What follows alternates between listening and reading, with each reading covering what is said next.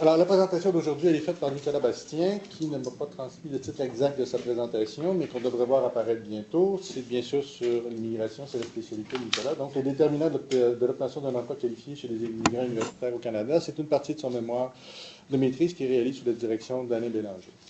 Et Jacques Ledin. Et Jacques Ledin, j'avais oublié. Alors voilà, Nicolas.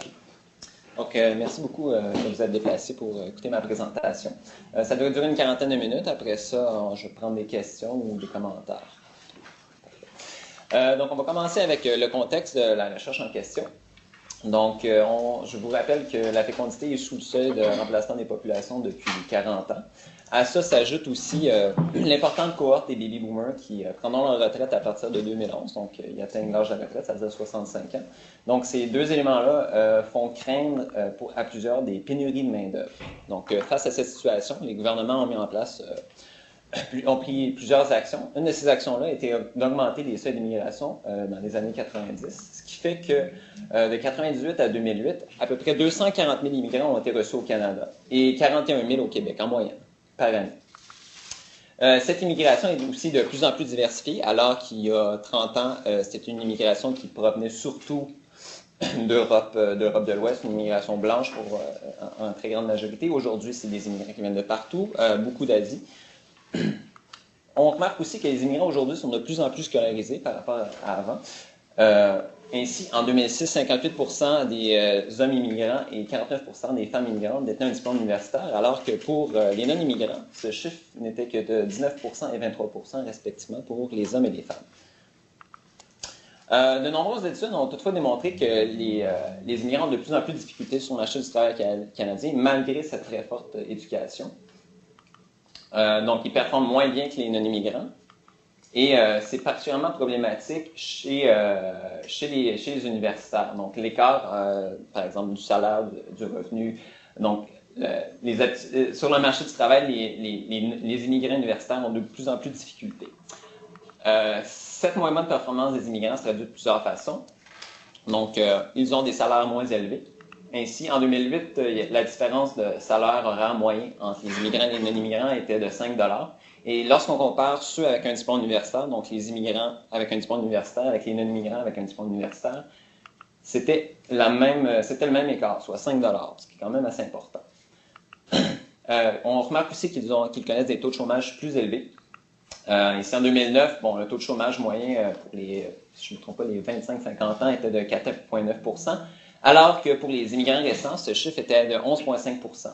Si on regarde les immigrants récents universitaires, ce chiffre était de 11,4 %, donc à peu près aussi élevé, alors que chez les non-immigrants universitaires, le taux de chômage était quand même assez faible, de 3 % à peu près. Ça se traduit aussi d'une autre façon, par des taux de déqualification plus élevés. Par déqualification, on entend le fait d'occuper un emploi qui est en deçà de ses compétences. Ainsi, en 2008, 60% des immigrants universitaires occupaient des emplois déqualifiés, en comparaison à 40% pour les non-immigrants. En 2001, ça date un peu, mais on remarquait déjà qu'il y avait de la déqualification. Lorsqu'on étudiait la situation des immigrants universitaires en situation de très forte déqualification, c'est-à-dire dans des emplois de niveau secondaire, 25% des immigrants étaient dans cette situation-là, alors que chez un non-immigrant universitaire, c'est seulement 12%.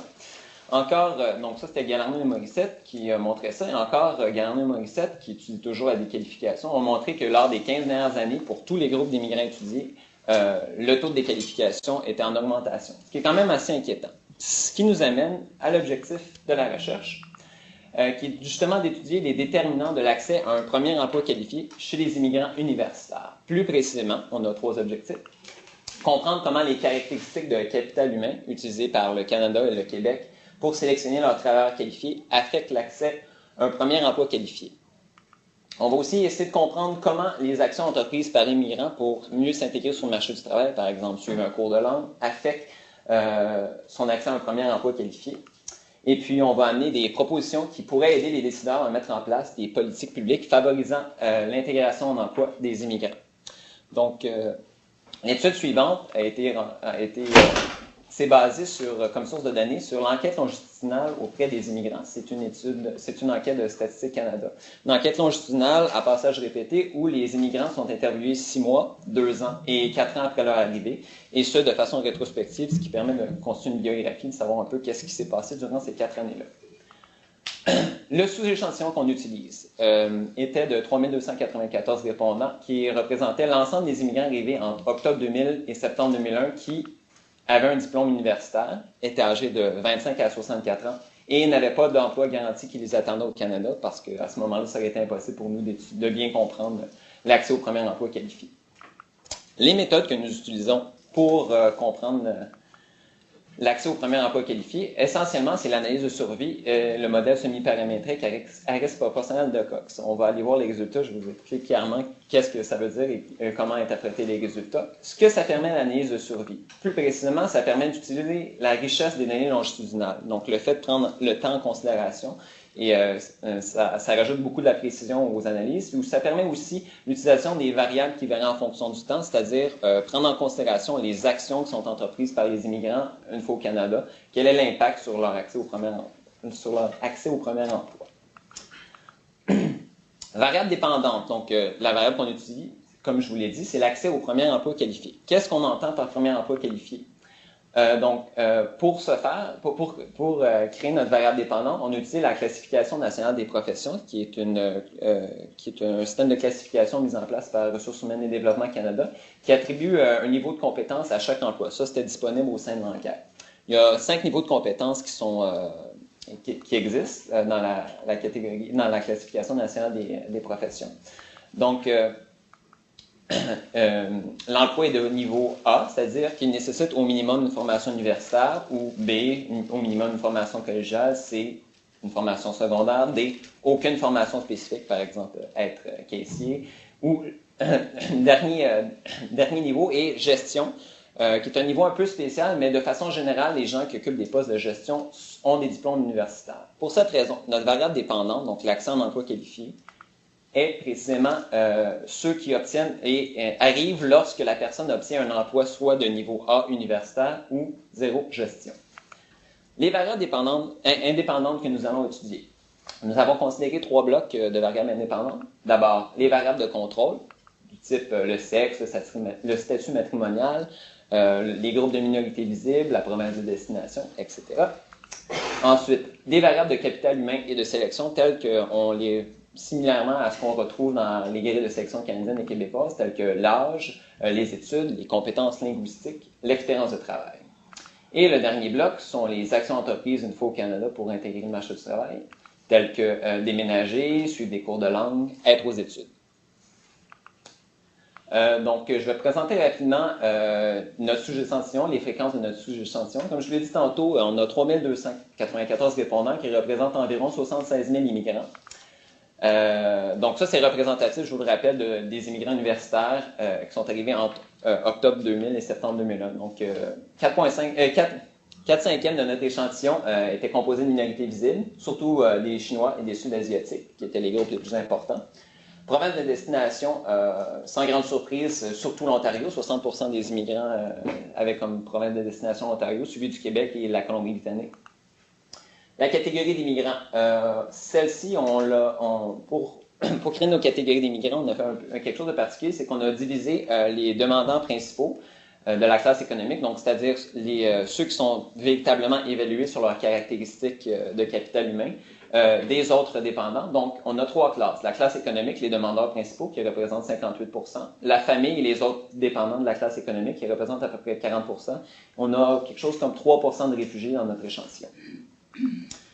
Ensuite, le plus haut diplôme obtenu, le 2/3 des immigrants, qui sont des immigrants universitaires, je le rappelle, avaient un baccalauréat, les autres étant surtout à la maîtrise, ayant surtout un diplôme de maîtrise. Les 3/4 ont été obtenus dans autres pays. Comme on va le voir plus tard, on a 3 catégories de pays où les diplômes peuvent être obtenus.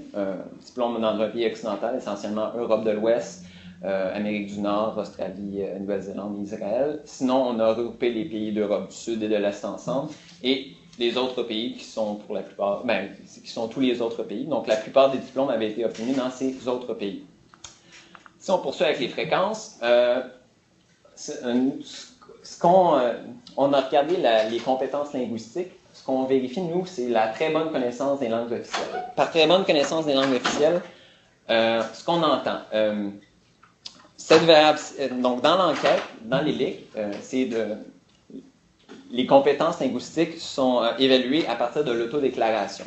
Ils sont évaluées selon 3 caractéristiques, parler, lire et écrire, et puis sont évaluées à 3 moments parce qu'il y a 3 vagues. Donc, ce qu'on s'est rendu compte, c'est qu'il y a des immigrants d'une vague à l'autre qui vont changer de réponse. Donc, ils vont dire qu'ils connaissaient relativement bien le français, et puis après ça, ils vont dire qu'ils connaissaient parfaitement bien le français. Le problème vient du fait qu'il y a beaucoup d'immigrants qui, d'une vague à l'autre, vont diminuer la connaissance linguistique qu'ils déclarent. Donc, il n'y avait pas beaucoup de... Du moins, il semblait ne pas y avoir de stabilité au sein de la déclaration des langues officielles de ce que les immigrants déclaraient connaître comme langue officielle. Ce qu'on a fait pour cette variable-ci, c'est qu'on a pris les immigrants seulement qui déclaraient avoir le plus haut niveau de connaissance linguistique aux 3 vagues pour les 3 caractéristiques. Donc, ainsi, dans le reste du Canada, 18% avaient déclaré avoir une très bonne connaissance. Donc, je vous rappelle, pour toutes les caractéristiques lors des 3 vagues, alors seulement que 1% avaient déclaré avoir une très bonne connaissance du français.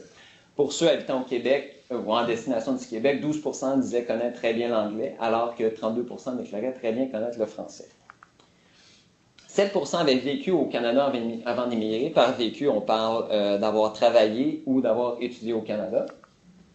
Expérience de travail, 94% des immigrants de l'échantillon avaient une expérience de travail. 6% ont essayé de la faire reconnaître par une association professionnelle et 2% ont réussi. Et maintenant, si on regarde les actions entreprises par l'immigrant durant la période à l'étude, 2% ont déménagé dans une autre province que la province de destination. 21% ont occupé un emploi non qualifié.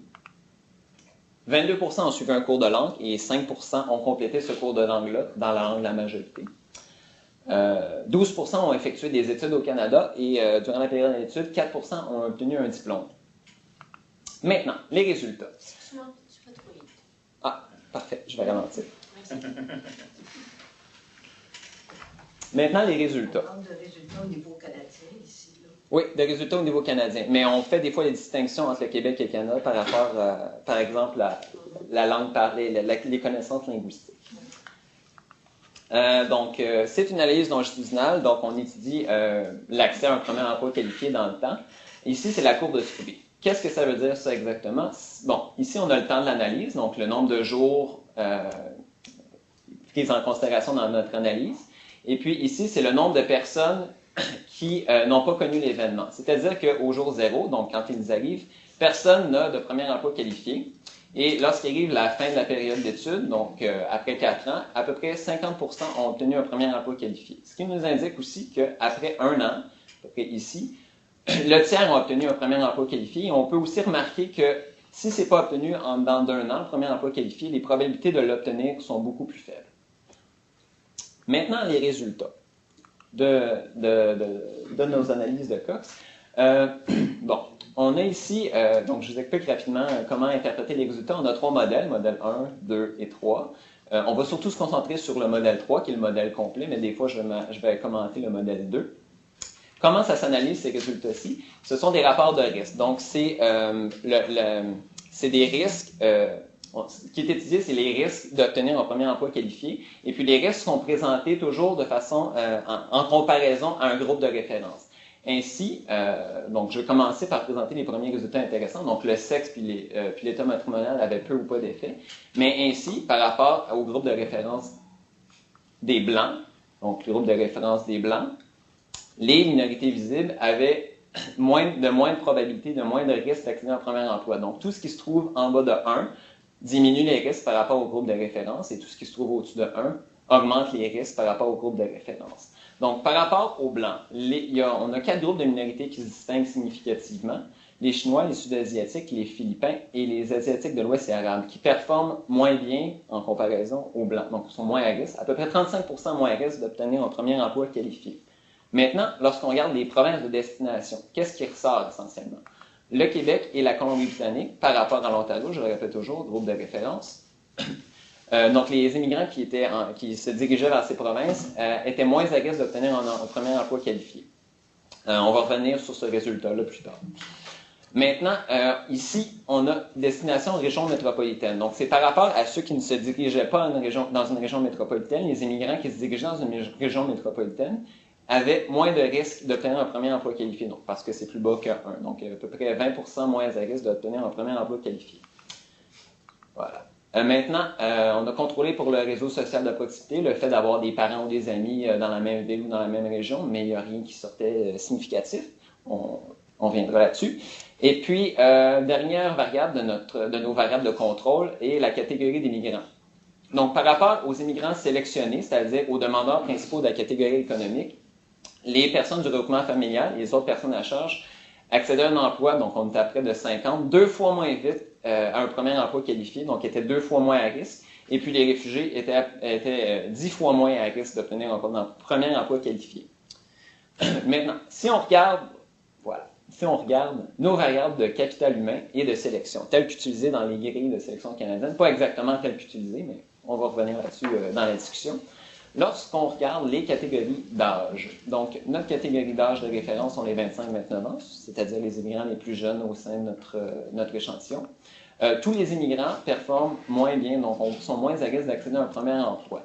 Je vous épargne les détails, mais si on regarde les intervalles de confiance, on se rend compte qu'en gros, d'un groupe à l'autre, ça diminue. Donc, plus on est âgé, moins on est à risque d'obtenir un premier emploi qualifié. Si on regarde maintenant le plus haut diplôme obtenu, donc c'est tous des universitaires, mais il y avait différents diplômes, par rapport à ceux qui ont un baccalauréat, ceux qui ont une maîtrise sont 30% plus à risque d'obtenir un premier emploi qualifié, et ceux avec un doctorat 2 fois plus à risque. Et même en regardant les intervalles de confiance, on se rend compte que ceux avec un doctorat se distinguent significativement de ceux avec une maîtrise. Donc, vraiment, le diplôme obtenu a un effet sur l'accès à un premier emploi qualifié. Maintenant, si on regarde l'endroit où le premier emploi, le plus haut diplôme a été obtenu. Donc, par rapport aux diplômes occidentaux, ceux qui ont obtenu un diplôme en Europe de l'Est ou du Sud ou dans les autres pays étaient moins à risque d'obtenir un premier emploi qualifié. Donc, de 35 à 45% moins à risque. Et ils ne se distinguaient pas, ces deux groupes de pays-là ne se distinguaient pas les uns des autres. Maintenant, si on regarde les domaines d'études, voilà. On a retenu 4 domaines d'études parce que c'est ce que nous permettaient les données disponibles au sein de l'enquête. Donc, ça a été intéressant d'être un peu plus précis.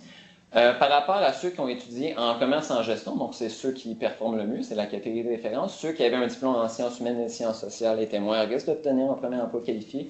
Et la même chose pour ceux en sciences appliquées, génie et santé, alors que ceux avec aucune spécialisation ne se distinguaient pas significativement. Si on poursuit, les connaissances linguistiques. Qu'est-ce qui ressort? C'est que par rapport à la catégorie de référence, la catégorie de référence est ne pas très bien parler aucune des deux langues officielles dans l'ensemble du Canada. Le fait de parler anglais, de très bien parler anglais dans le reste du Canada, augmentait les risques d'accéder à un premier emploi de 50%. Le fait de parler très bien français au Canada aussi augmentait de beaucoup les risques. Le fait de très bien parler anglais au Québec augmentait beaucoup les risques. Mais étonnamment, le fait de parler très bien le français au Québec n'augmentait pas les risques d'accéder à un premier emploi qualifié. On va revenir sur ces résultats-là, évidemment.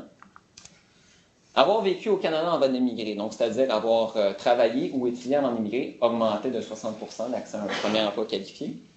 Maintenant, si on regarde l'expérience de travail, donc notre groupe de référence est le fait d'avoir une expérience de travail qui est reconnue par une association professionnelle. Les deux autres groupes en dessous, ce sont des gens qui ont de l'expérience professionnelle, qui ont soit cherché à la faire reconnaître mais n'ont pas réussi, ou soit n'ont pas tenté de la faire reconnaître. Et puis, le dernier groupe n'avait aucune expérience professionnelle. Donc, il est évident que ceux qui n'avaient pas d'expérience professionnelle avaient plus de difficultés à accéder à un premier emploi qualifié. Pour ce qui est des deux autres groupes, ceux qui n'ont pas réussi à faire reconnaître leur expérience et ceux qui n'ont pas tenté, en fait, si on regarde les seuils de significativité, on est proche du seuil de significativité, donc ils semblent se distinguer. Donc, ceux qui ont une reconnaissance, ceux qui ont réussi à faire reconnaître l'expérience par une association professionnelle, semblaient mieux s'en tirer. Mais on est proche du seuil de significativité, alors il ne faudrait pas trop s'avancer là-dessus, mais du moins, c'est quand même intéressant comme résultat. Chose certaine, ceux qui n'ont pas d'expérience de travail se voient défavorisés quant à l'accès à un premier emploi qualifié.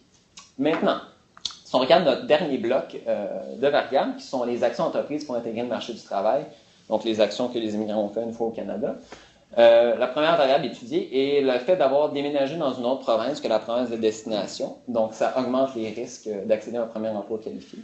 Ensuite, si on regarde les gens qui ont occupé un emploi non qualifié, les personnes qui sont dans un emploi non qualifié, donc qui est la première variable, sont 10 fois moins à risque d'obtenir un premier emploi qualifié que les gens qui ne sont pas dans un premier emploi qualifié. Toutefois, lorsque ces gens-là ne sont plus dans leur emploi déqualifié, donc ils lâchent leur emploi, ils ont plus de chances d'obtenir un emploi qualifié. Il y a plusieurs raisons à ça, on va revenir là-dessus en discussion.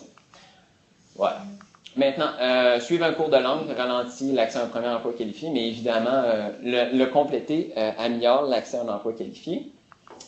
Et être aux études diminue l'accès à un premier emploi qualifié, alors qu'avoir complété un diplôme au Canada après l'immigration double les risques d'accéder à un premier emploi qualifié.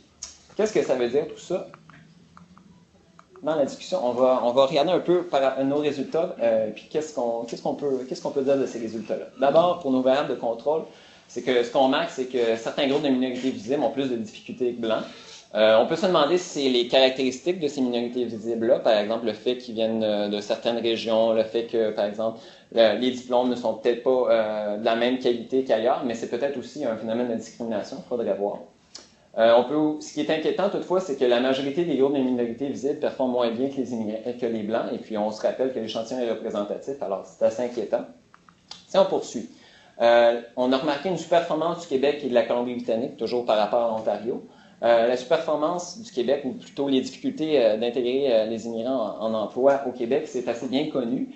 Mais nous, on a fait quelques recherches, on a essayé de comprendre s'il y avait une variable qui était déterminante pour expliquer la sous-performance du Québec, mais malheureusement, on n'a pas été capable de rien identifier. Si on regarde aussi, on a remarqué que les immigrants qui avaient comme destination, que leur destination était hors zone métropolitaine, accédaient plus facilement au premier emploi qualifié, ce qui va en faveur de la régionalisation de l'immigration. Il y a plusieurs efforts qui ont été faits depuis quelques années pour favoriser cette régionalisation-là. Ensuite, le réseau social de proximité, le fait d'avoir des amis ou de la famille, n'a peu d'influence sur l'accès à un premier emploi qualifié. Pourtant, il y a des points qui sont donnés dans la grille de sélection canadienne et québécoise sur le fait d'avoir de la famille au Canada. Mais on va revenir sur le réseau social plus en détail un petit peu plus loin. Parce que le réseau social de proximité n'est pas la même chose qu'un réseau social professionnel. Enfin, les catégories d'immigration et donc la sélection. Donc, les gens à qui on applique la grille de sélection performent mieux. Donc, ça a une très forte influence sur l'accès au premier emploi qualifié. Ça, c'est clair et évident. Maintenant, si on regarde un peu les caractéristiques de capital humain qui sont prises en considération pour la sélection des travailleurs qualifiés au Québec et au Canada. Donc, je vous donne un aperçu rapidement, ça se complexifie énormément lorsqu'on va dans les détails, mais en gros, c'est à peu près les mêmes caractéristiques qui sont prises en considération.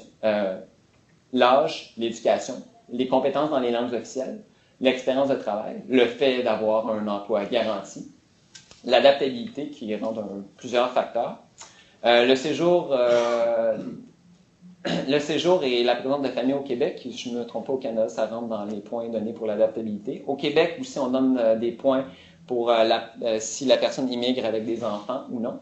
Et puis, il y a un élément qui se rajoute aussi au Québec, c'est la capacité d'autonomie financière, un point qui est attribué, mais c'est éliminatoire. Donc, si la personne ne peut pas prouver qu'elle a capacité d'autonomie financière, elle n'est pas acceptée.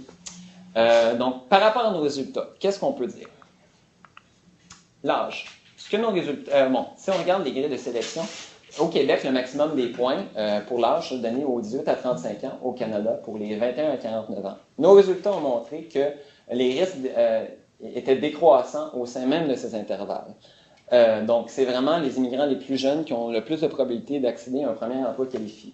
Peut-être que ça serait important de réduire l'intervalle d'âge où le maximum de points est accordé, particulièrement au Canada, lorsqu'on regarde 21 à 49 ans, c'est très généreux comme intervalle d'âge où le maximum de points est alloué. Maintenant, si on regarde par rapport au niveau d'éducation, le Québec et le Canada donnent le maximum de points à ceux qui ont une maîtrise ou un doctorat. Nos résultats vont dans le même sens. L'accès à un emploi qualifié est facilité pour ceux qui ont une maîtrise et un doctorat. Maintenant, le domaine de formation. Au Québec, le domaine de formation est pris en considération parce que 16 des 28 points donnés pour l'éducation dépendent de domaines de formation privilégiés. Donc, le ministère de l'Immigration détermine des domaines de formation qui sont en manque peut-être au Québec.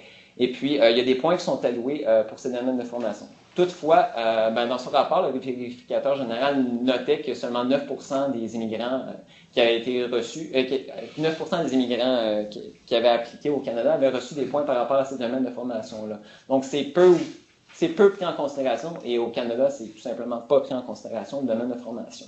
Malheureusement, dans notre étude, ça a été difficile. On n'a pas pu bien identifier l'effet des domaines de formation parce que les données qui étaient fournies étaient relativement générées. Donc, on n'a pas pu, par exemple, étudier les domaines de formation tels qu'utilisés au Québec. Mais il y a définitivement un effet sur l'accès à un premier emploi qualifié. Donc, ça serait peut-être important de prendre davantage ça en considération dans la grille de sélection, voire même prendre en considération les besoins du marché du travail. Si on poursuit, le lieu d'obtention du plus haut diplôme. Tous les diplômes ne sont pas égaux. C'est-à-dire que, comme on l'a vu, les diplômes qui viennent d'Occident, les immigrants qui avaient un diplôme qui venait d'Occident avaient plus de facilité à accéder à un premier emploi qualifié. 35 à 45% plus de risques. Le Québec, lui, va prendre en considération le lieu d'obtention du diplôme dans ses domaines privilégiés. Dans les points qu'il accorde, les points complets sont seulement attribués pour les diplômes qui proviennent du Québec ou sont équivalents. Malheureusement, je ne sais pas exactement qu'est-ce qu'on entend par équivalent. Mais bon, le Québec le prend un peu en considération le lieu d'obtention du diplôme. Au Canada, ce n'est pas le cas. Ce qu'on sait, c'est que le lieu d'obtention du diplôme affecte énormément l'accès à un emploi qualifié et ce n'est pas peu ou pas pris en considération dans les deux grilles de sélection. C'est sûr, idéalement, il faudrait que ça soit pris en considération. Le problème ne vient pas nécessairement du pays d'obtention du plus haut diplôme, mais plutôt de la qualité du diplôme. Il faudrait trouver des moyens d'évaluer avec précision la valeur des diplômes, mais c'est assez complexe. Si on poursuit, comme on l'a vu, une très bonne connaissance des langues officielles facilite l'accès à un premier emploi qualifié. Au Canada, il y a 16 points au total, donc 4 pour chacune des compétences linguistiques qui est donnée dans la première langue officielle. Ceci est évalué à partir de documents prouvant l'expérience de travail ou des études dans la langue officielle parlée ou par des tests standardisés. Des points sont accordés même pour une connaissance de base dans les langues. Au Québec, il y a 16 points qui est donné pour le français et 6 points pour l'anglais. Ce qui est problématique, par contre, c'est que les compétences linguistiques sont évaluées en entrevue, sans test standardisé. À ce titre, le vérificateur général notait qu'il y avait des points qui étaient accordés, parfois même pour des gens qui avaient des compétences linguistiques très faibles, donc qui recevaient beaucoup de points, en fait. Ce qui est assez problématique. Comme on l'a vu, l'accès à un premier emploi qualifié est fortement influencé par un très haut niveau de maîtrise des langues. Mais ce sont des compétences qui sont difficiles à mesurer par l'autodéclaration. Nous, on a travaillé fort sur cette variable-là. Au sein des enquêtes, du moins les gens au sein des enquêtes qui travaillent sur les questions d'immigration, il serait peut-être important de trouver un meilleur moyen d'évaluer les compétences linguistiques. Il y a pas mal de travail qui a été fait, par exemple, à Statistique Canada pour évaluer les niveaux de littératie des immigrants. Donc, ça serait peut-être important d'intégrer ça aux futures enquêtes. Et on voit aussi que ça serait peut-être important d'intégrer des tests standardisés au sein des grilles de sélection. C'est parce que c'est très difficile d'évaluer avec précision les capacités linguistiques des immigrants. Et puis, surtout en entrevue, à l'oral, ça peut bien aller, mais pour un emploi qualifié, c'est beaucoup d'écrits, c'est beaucoup de lectures, donc ça prend des hauts niveaux de connaissances. Peut-être qu'il faudrait aussi réévaluer l'échelle de points accordés pour les connaissances linguistiques, alors que des points sont donnés même pour des connaissances de base. C'est sûr et certain que ça va favoriser l'intégration globale à la société, mais les connaissances de base ne favorisent pas l'accès à un premier emploi qualifié, du moins pour les universitaires. Le cas du Québec et de l'anglais. L'anglais avait une influence sur l'accès à un premier emploi qualifié, mais pas le français, ce qui est assez étonnant. Ça montre probablement la réalité du marché du travail montréalais, c'est-à-dire que la plupart des immigrants qui vont au Québec s'en vont pour la plupart à Montréal. Peut-être qu'il faudrait mettre sur place des mesures qui favoriseraient justement les compétences linguistiques des immigrants, mais particulièrement l'anglais, mais ça, c'est une question assez sensible. Alors, peut-être que ça serait mieux d'informer les immigrants sur les réalités du travail, du marché du travail québécois et montréalais en particularité, avant la migration, pour qu'ils puissent, par exemple, se former Et puis, donc c'est ça, encourager la formation avant l'immigration, que ce soit en français ou en anglais d'ailleurs. Si on poursuit, le fait d'avoir vécu au Canada. Le Canada, tout comme le Québec, donne à peu près 5 points pour l'expérience, pour le fait d'avoir vécu au Canada avant d'immigrer, plus précisément avoir étudié ou avoir travaillé. Donc, ça augmente de 60% les risques d'accès à un premier emploi qualifié. Moi, j'interpréterais ça de façon à ce que, de cette façon, c'est que l'immigrant, ayant passé un certain temps ici au Québec, a déjà débuté son processus de socialisation, est plus au courant de la culture de travail canadienne ou québécoise. S'il a travaillé ou étudié, il a pu aussi développer ses capacités linguistiques. C'est assez intéressant parce que récemment, il y a des nouvelles catégories qui ont été rajoutées à la classe économique des immigrants qui est supposée faciliter l'accès à la résidence permanente pour les immigrants qui ont soit travaillé, soit étudié au Canada ou au Québec. Donc, c'est la catégorie de l'expérience canadienne et le programme de l'expérience québécoise. Il y a une étude qui a été faite là-dessus, une étude récente, qui montrait que ce qui était assez intéressant avec ça, c'est que ça donnait un plus gros rôle aux employeurs et aux institutions scolaires dans la sélection des immigrants. Pourquoi? Parce qu'au départ, c'est eux qui acceptent les immigrants dans leur institution scolaire ou pour un contrat temporaire dans leur entreprise. Et puis, c'est ça qui va faciliter après l'accès à l'immigration.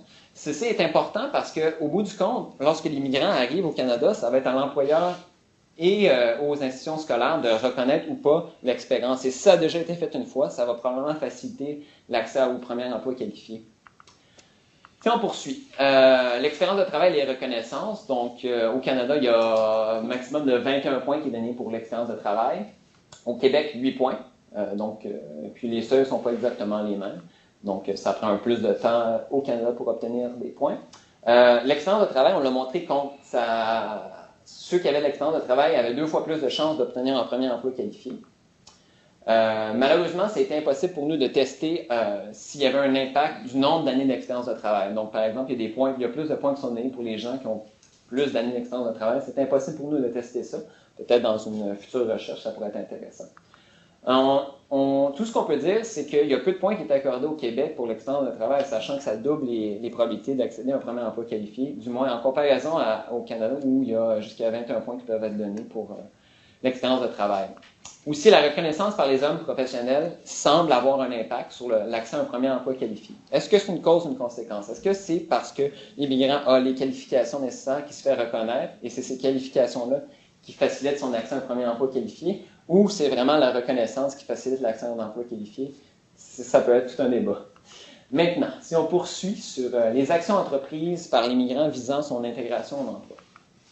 Le fait de déménager dans une autre province, c'est peut-être une stratégie pour mieux se positionner sur le marché du travail ou peut-être au contraire que c'est parce que l'immigrant se voit offrir un emploi qualifié qu'il va déménager. Le fait d'occuper un emploi non qualifié. C'est un effet fort négatif sur l'accès à un emploi qualifié. Évidemment, la personne qui est en emploi a moins de temps pour chercher un emploi qualifié. Mais aussi, il y a peut-être un effet de rétention qui entraîne la déqualification. Donc, c'est-à-dire que l'immigrant qui va arriver ici ne trouve pas d'emploi qualifié, mais a besoin de revenus, donc va accepter un emploi déqualifié. Et en étant dans cet emploi déqualifié un peu trop longtemps, va finir par perdre ses déqualifications et il va rester pris dans cet emploi déqualifié. Mais toutefois, une fois que la personne est sortie de cet emploi déqualifié-là, ça augmente les risques d'accéder à un premier emploi qualifié. Donc, ça lui permet d'accéder à de l'expérience de travail canadienne, se socialiser à la culture du travail canadienne. Toutefois, il faut se poser la question, connaissant l'effet fort négatif sur l'accès à un emploi qualifié, d'occuper un emploi non qualifié, est-ce que le jeu en vaut la chandelle? Est-ce que la possibilité d'obtenir de l'expérience de travail canadienne vaut vraiment la peine pour l'immigrant d'être dans un emploi déqualifié s'il risque de perdre ses qualifications? Les cours de langue. Donc, ça améliore l'accès à un premier emploi qualifié lorsque complété. C'est sûr et certain que lorsque l'immigrant le suit, il est occupé, donc il y a moins de temps pour chercher un emploi qualifié. Les coûts sont importants pour la société. Donner des cours de langue, c'est quand même assez dispendieux, mais ça favorise l'intégration globale à la société. Donc, ça favorise pas seulement l'intégration d'emploi, mais aussi ça permet à la personne d'interagir dans la société au jour le jour. Toutefois, on pourrait encourager davantage la formation en migration parce que la personne qui suit un cours a moins de temps pour chercher un emploi qualifié. Il il était impossible pour nous de tester l'importance des cours spécialisés, donc des cours de langue avancée, alors que la littérature montre que c'est ce type de cours qui est le plus important pour l'accéder à un emploi qualifié. Donc, ce n'est pas des connaissances de base qui sont nécessaires, surtout pour les universitaires pour accéder à un emploi qualifié, mais ce sont des compétences plus avancées. Donc, ça a été impossible pour nous de tester ça, mais peut-être que ce serait important d'en mettre davantage en place. Du moins, c'est ce qui ressort de la littérature. Les études au Canada. Donc, les immigrants qui ont étudié au Canada, une fois qu'ils ont obtenu leur diplôme, doublent les chances d'accès à un emploi qualifié. Donc, c'est l'action la plus importante que l'immigrant peut faire, qu'on a étudié au Canada, qui facilite son accès à un premier emploi qualifié. Il y a plusieurs causes possibles à ça. C'est que l'immigrant, en allant chercher un diplôme, oui, augmente son capital humain, mais aussi apprend les langues officielles, parce qu'on sait tous que pour être aux études, ça prend un assez bon niveau de connaissance des langues officielles. C'est aussi la socialisation, elle se familiarise avec la société canadienne et puis la culture du travail. Et aussi, c'est le développement d'un réseau professionnel parce que, surtout à l'université, les gens, lorsqu'on étudie, on rentre en contact avec un paquet d'individus qui évoluent dans le réseau, qui évoluent dans le milieu professionnel. Les conclusions. Donc, ce qu'on a vu, c'est que les caractéristiques de sélection des immigrants ont un effet positif sur l'accès à un emploi qualifié. Toutefois, plusieurs améliorations pourraient être apportées. Aussi, il y a un bémol, c'est qu'il faut noter que les travailleurs qualifiés au Canada ne représentent que 20% des immigrants. On dit souvent que la moitié des immigrants au Canada sont des immigrants économiques, mais là-dessus, il y a beaucoup... ceux qui sont sélectionnés, ceux qui sont évalués sur leurs caractéristiques, ce n'est que le demandeur principal, et dans une moindre mesure le conjoint, mais surtout le demandeur principal. Et puis, on parle de demandeur principal, travailleur qualifié, il y a d'autres catégories au sein des immigrants économiques. Donc, en réalité, c'est seulement 20% qui subissent ces deux grilles-là de sélection. On peut toutefois dire que le modèle de sélection des immigrants basé sur le capital humain a quelques difficultés. Par exemple, il favorise des attitudes linguistiques qui sont parfois limitées, des qualifications et des types de compétences qui ne sont pas toujours reconnues, et des qualifications dans des domaines qui sont parfois à faible demande. Ce qui pose problème pour l'accès à un premier emploi qualifié. À ce titre, il faudrait peut-être penser à suivre l'exemple de l'Australie, qui, dans les années 90, a fait un changement au sein de sa politique d'immigration, qui a tenté de prioriser les immigrants qui pouvaient pleinement s'intégrer au marché du travail, et ça rapidement. Pourquoi est-ce que c'est important? Pourquoi on propose ça? C'est parce que, selon nous, l'intégration à la société d'accueil passe avant tout par l'intégration économique. Et c'était ma présentation. Merci. Est-ce qu'il y a des questions ou des commentaires?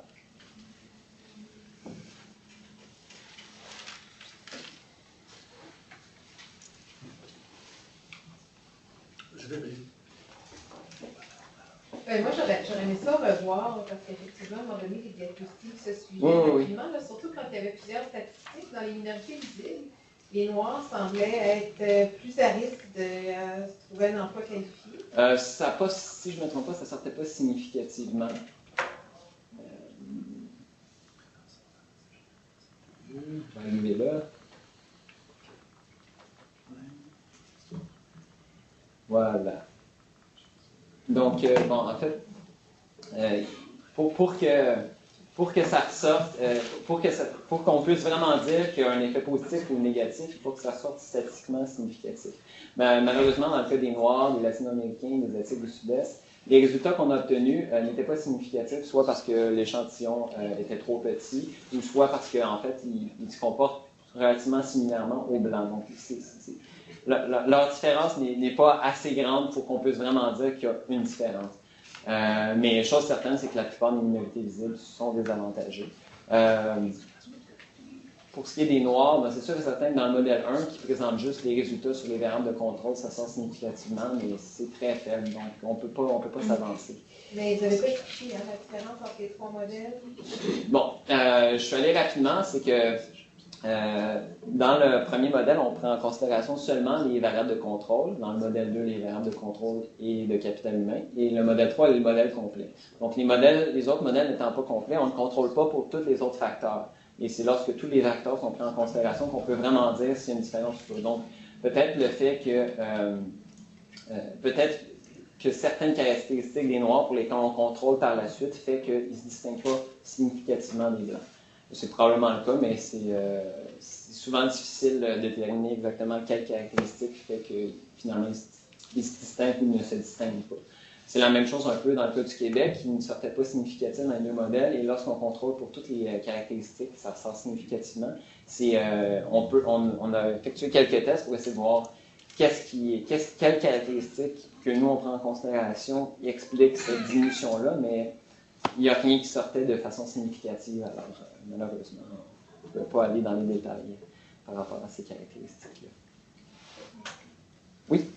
Oui, moi je voudrais vous féliciter pour votre présentation. Merci. Ça nous apprend de nouvelles affaires, ça confirme certains résultats. Sauf que j'avais des questions au niveau de l'occupation d'un emploi non qualifié. Vous avez dit que ça retardait l'obtention d'un emploi qualifié. Il y a deux éléments là-dedans. Si vous me permettez, on va retourner sur les résultats.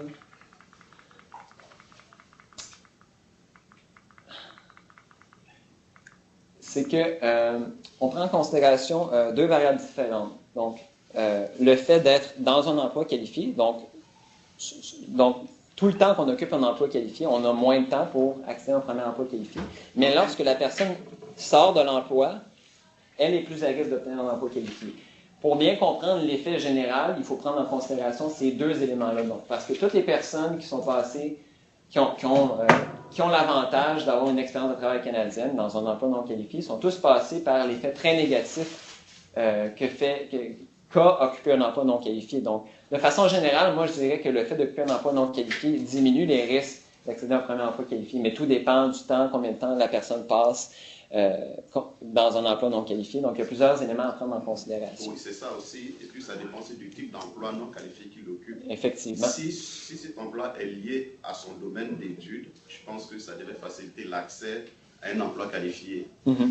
Mais donc, c'est ça. Nous, on n'a pas testé, on n'est pas allé voir en détail s'il pouvait avoir des liens avec les domaines d'études prémigratoires. C'est sûr et certain que ça va faciliter l'accès lorsque la personne peut réactualiser son expérience de travail, ses études au Canada, même si elle se trouve un peu déqualifiée. Mais de façon générale, c'est un effet très, très, très négatif. C'est clair et évident. 10% du risque d'accéder à un premier emploi lorsqu'on est dans un premier emploi qualifié, lorsqu'on est dans un emploi non qualifié, c'est très négatif. Parce que moi, les immigrants, je travaille là-dessus avec Annick et je les rencontre régulièrement. Je leur propose même de faire du bénévolat dans leur domaine. Ça permet de leur donner de l'expérience et par conséquent, l'expérience canadienne qu'on demande tout le temps sur le marché. Et puis, ils l'ont et puis ça devait faciliter l'accès à un emploi. Oui, dans le domaine, c'est sûr certain que ça va faciliter normalement, ça devrait faciliter l'accès. Donc, c'est développement du réseau professionnel aussi, actualisation de l'expérience de travail à l'étranger qu'on amène ici, qu'on apprend à interpréter dans un nouveau cadre, un nouveau milieu de travail. Donc, selon moi, c'est sûr certain que c'est important, mais c'est pas toujours le cas. Les immigrants n'ont pas toujours la chance de pouvoir trouver un emploi dans leur domaine. Ou même la chance de faire du bénévolat parce qu'il faut qu'il y ait de l'argent qui rentre à un moment donné. Donc, souvent, les gens vont être amenés à accepter un emploi qui ne correspond pas du tout à leur qualification. Oui? On est deux dans cette direction-ci. Ah, oui, je suis désolé. Non, mais c'est qui? Ah, Benoît, excuse. Je pensais que tu disais que je parlais trop dans l'autre sens. Ce sera votre tour après. Petite question qui concerne l'effet de cette variable-là, avoir occupé un emploi non qualifié, et qui concerne aussi le fait d'avoir un doctorat. Dans la manière dont vous avez travaillé, je m'excuse, une personne qui arrive au Canada avec une promesse d'emploi, ils sont dans le modèle ou ils ne sont pas dans le modèle? Ils sont retirés du modèle. Ils sont retirés du modèle. Oui. Okay. Donc, l'effet du doctorat, ça ne peut pas être simplement le fait que les gens qui ont un doctorat sont plus susceptibles d'arriver avec une promesse d'emploi. Donc, ça ne peut pas être un application. Exactement. Excellent. Celle-ci maintenant. Imaginons qu'un immigrant occupe un emploi non qualifié, qu'il trouve quand même le temps, malgré tout, de se chercher un autre emploi et qu'il obtienne cet emploi. Oui. Bon. Il va passer combien de temps, à peu près, dans l'État, avoir occupé un emploi non qualifié? Ça dépend, en fait, parce que, bon, si on regarde dans les détails la base, des fois, la personne occupe 2 emplois en même temps. Donc, c'est une possibilité. Donc, si la personne occupe les 2 emplois en même temps, ça fait partie du... Donc, les risques rentrent dans la période que la personne est dans un emploi non qualifié. Je ne sais pas si tu me suis. Et s'il y a une journée de décalage entre son emploi déqualifié et son emploi qualifié, ça rentre dans a travaillé dans un emploi déqualifié. Bon, alors là, ici, c'est impossible à dire de manière certaine, parce que là, il faudrait regarder plus dans le fin détail des données et des biographies des immigrants. Puis les biographies ne sont pas parfaites non plus. Ça, il suffit d'avoir joué là-dedans, c'est pas dans la série pour le savoir. C'est que il y a 2 cas de figure. Il y a celui où l'immigrant a occupé un emploi non qualifié, il l'a quitté pour une raison ou pour une autre, il se remet à chercher un emploi pendant un certain temps. Et donc là, il bénéficie de tous les avantages que tu as expliqués qu'on peut tirer de l'emploi non qualifié une fois qu'on l'a quitté. L'autre cas de figure, c'est qu'en fait, il conserve son emploi non qualifié, il a un emploi non qualifié, cherche un emploi qualifié, trouve l'emploi qualifié, il y a un délai d'une semaine ou 2 avant que l'emploi qualifié commence et il abandonne son emploi non qualifié. Si vous avez beaucoup de cas de ce genre, c'est-à-dire où les gens abandonnent leur emploi non qualifié parce qu'ils ont une promesse d'embauche dans un emploi qualifié, très peu de temps est passé dans l'État à avoir occupé un emploi non qualifié, mais beaucoup d'événements sont mis au numérateur. Et donc là, c'est un effet qui est un artifice parce que ça représente simplement le fait d'avoir déjà trouvé un emploi pour d'autres raisons. Et non pas le fait de chercher un emploi en ayant déjà une expérience canadienne dans un emploi non qualifié. Alors là... Donc l'effet positif, il faut le prendre... il faut aller voir exactement ce qui se passe pour voir si ce que je viens d'expliquer, si ça représente un cas sur 50, on s'en fout. Mais si c'est la moitié des gens, la moitié des événements, dans la variable indépendante, là, ça se pourrait bien qu'en essayant de distinguer les deux, vous avez... Finalement, il n'y a pas... Ça joue pas. Et c'est un peu comme le déménagement. C'est ce genre de truc, oui. Ouais. C'est ça, exactement, c'est le même genre de problème. Et là, comme il y a le problème, c'est que l'effet tel qu'il est là, c'est très tentant d'interpréter comme tu le fais, et c'est peut-être vrai. L'effet est tellement négatif par rapport à l'effet positif de façon globale, je pense que... l'effet négatif... est tellement négatif par rapport à l'effet positif d'avoir occupé que je suis presque certain que de façon globale, ça joue négativement sur l'accès à un premier emploi qualifié. Non, ça, il n'y a pas de problème là-dessus. C'est l'effet positif après. Oui, non, c'est ça. Mais de façon globale, je suis presque certain que... Non, pour ce qui est d'être dedans, il n'y a aucun problème. Oui. Ça, il n'y a pas d'ambiguïté là-dessus, mais c'est l'avoir déjà occupé. Donc, moi, j'irai vérifier pour être sûr. Alain, tu voulais peut-être... Non, mais comment faire? C'est par rapport à ce sujet-là, je pense que tu n'as pas mentionné, mais il est possible qu'un immigrant, comme un jeune Canadien, mais là, on ne parle pas des jeunes Canadiens de naissance, mais obtienne un emploi déqualifié dans la fonction publique, par exemple, pour la suite pouvoir postuler sur un autre emploi qualifié dans la même entreprise. À ce moment-là, la façon que l'enquête est construite, c'est un seul emploi. Donc, il y a des gens qui pourraient avoir eu une qualification à l'intérieur de l'emploi, mais on ne peut pas mesurer ici. Et tous ceux qui ont un travail non qualifié, qui gardent, mais qui ont une promotion, par exemple, ils ne sont pas là. Ce processus-là n'est pas... Voilà. Je m'excuse maintenant. Oui. Moi, j'ai 2 questions, une petite et une grande. Oui. La petite, en fait, ce serait, là, vous avez étudié les gens qui viennent avec un diplôme, donc les universitaires qui visent un emploi qualifié. Est-ce que ce groupe-là a peut-être un comportement plus spécifique par rapport à ceux qui n'auraient pas un diplôme universitaire et qui cherchent un emploi? Je ne sais pas, est-ce que c'est qualifié ou pas? Définitivement. Ça serait peut-être pour comparer juste... voir, parce que là, on parle de travailleurs qualifiés en général, mais c'est peut-être pas toujours un diplôme universitaire. En fait, cette présentation-là, c'est une partie de mon mémoire. Donc, on s'est concentré seulement sur ceux qui avaient un diplôme universitaire, mais on a aussi des résultats pour ceux qui avaient un diplôme collégial, donc qui cherchent à obtenir un emploi qui est au moins niveau collégial, et ceux qui avaient un diplôme secondaire, donc qui cherchent aussi à obtenir un emploi qualifié. Et puis, effectivement, ce n'est pas... lorsqu'on regarde les résultats, ce n'est pas exactement les mêmes caractéristiques qui sont utiles pour l'accéder à un premier emploi qualifié. Je donne un exemple.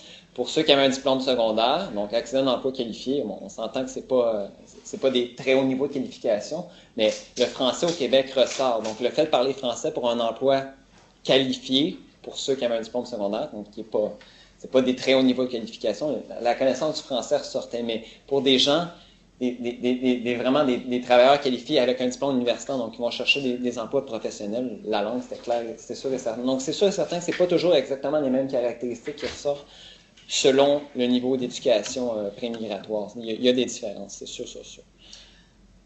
La grande question, c'était, vous proposez à partir de cette étude de changer les politiques publiques, la grille de sélection, parce que vous partez de l'idée que l'insertion en emploi, donc l'insertion économique, passe avant tout. En fait, ça facilite toute l'autre intégration de la personne. Si je suis vraiment le raisonnement, je regarde vos résultats, le fait de parler français, ça désavantage ça n'a pas, non, ça ne désavantage pas. On ne peut pas dire que ça désavantage. Ça diminue le risque d'obtenir un emploi qualifié au Québec. On ne peut pas dire ça. Ça ne sortait pas significatif. Donc, ceux qui parlaient très bien français au Québec par rapport à l'ensemble des immigrants qui n'avaient pas de connaissances particulières en français ou en anglais dans l'ensemble du Canada, ils ne se distinguaient pas. Donc, ils performaient aussi bien. Donc, le français n'a pas un effet négatif significatif. Ça, on ne peut pas dire ça. Mais si on suit, la gamme de propositions que vous faites à partir des chances d'obtenir, ou le risque d'obtenir un premier emploi qualifié, le français ne peut pas y figurer. Or, si le Québec a lutter pour avoir une main mise sur son immigration, c'est bien pour renouveler dans la discussion. L'aspect linguistique. Dans la discussion, j'ai jamais insisté sur le fait que c'était plus important en fait, nos résultats montrent que c'est plus important de connaître l'anglais. Mais selon moi, de façon générale, c'est important de viser à avoir une immigration qui a des très bonnes connaissances des langues officielles, que ce soit l'anglais ou le français. Et puis, il faut prendre en considération aussi la réalité du marché du travail montréalais. Moi, je veux pas rentrer dans le débat linguistique ici où est-ce que je dis qu'il faudrait complètement abandonner le français. Je pense vraiment pas ça. Puis je dis d'ailleurs que on peut pas offrir des cours d'anglais aux immigrants au Canada, au Québec, c'est tout à fait impossible. Mais de façon générale, des hauts niveaux de compétences dans les langues, ça favorise l'intégration d'emploi. Du moins, le français ne diminue pas l'accès à un premier emploi qualifié. Et de façon générale, il y a d'autres objectifs. Il y a d'autres objectifs que la simple intégration en emploi. Donc, que le Québec priorise le français, c'est pas un problème du tout parce que ce qu'on montre, c'est que ça défavorise pas, c'est que ça ne favorise pas. Donc. C'est en soi un grave problème, mais c'est ça que j'ai pris cet exemple extrême pour simplement dire que c'est sûr qu'il faut en rendre compte de l'insertion en emploi, mais c'est peut-être pas l'ultime mesure pas une finalité, de la sélection des immigrants non plus. Et comme vous dites très bien d'ailleurs, ce n'est pas l'immigration dans son ensemble. Non, c'est ça. Il y a d'autres buts aussi. Il y a des nuances peut-être à apporter dans les suggestions pour les politiques. Parfait. Patrick? Vous avez une idée sur qui sont les pourvoyeurs de premier emploi qualifiés? Pour rendre la question plus précise, est-ce que vous savez s'il y a une bonne proportion de ces emplois qualifiés-là qui sont donnés par le secteur public?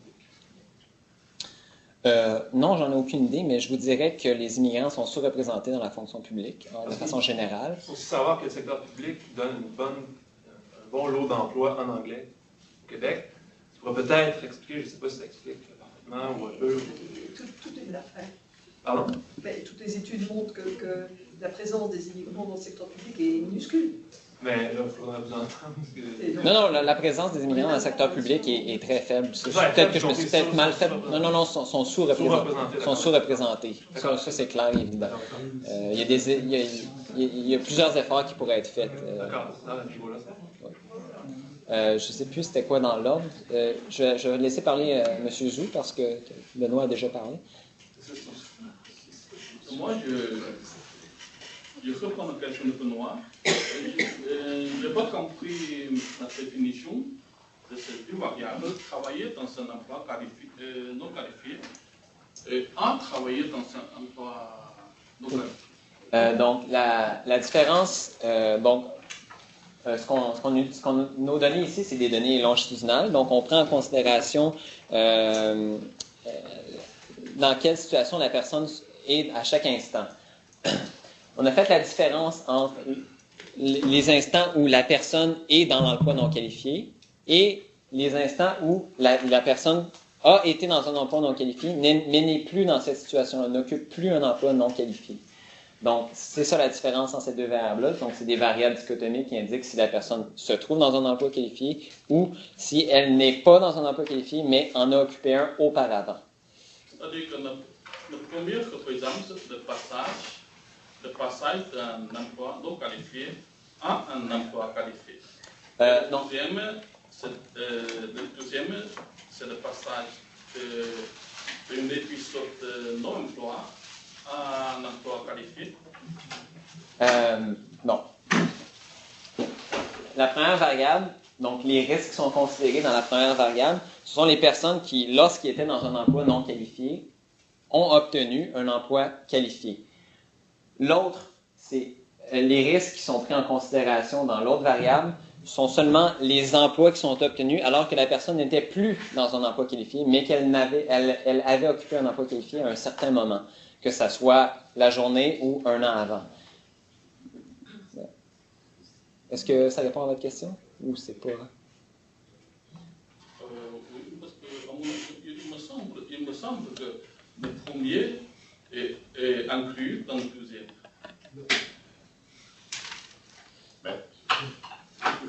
Oui, vas-y. Techniquement, si tu veux, c'est deux variables qui varient dans le temps. Oui.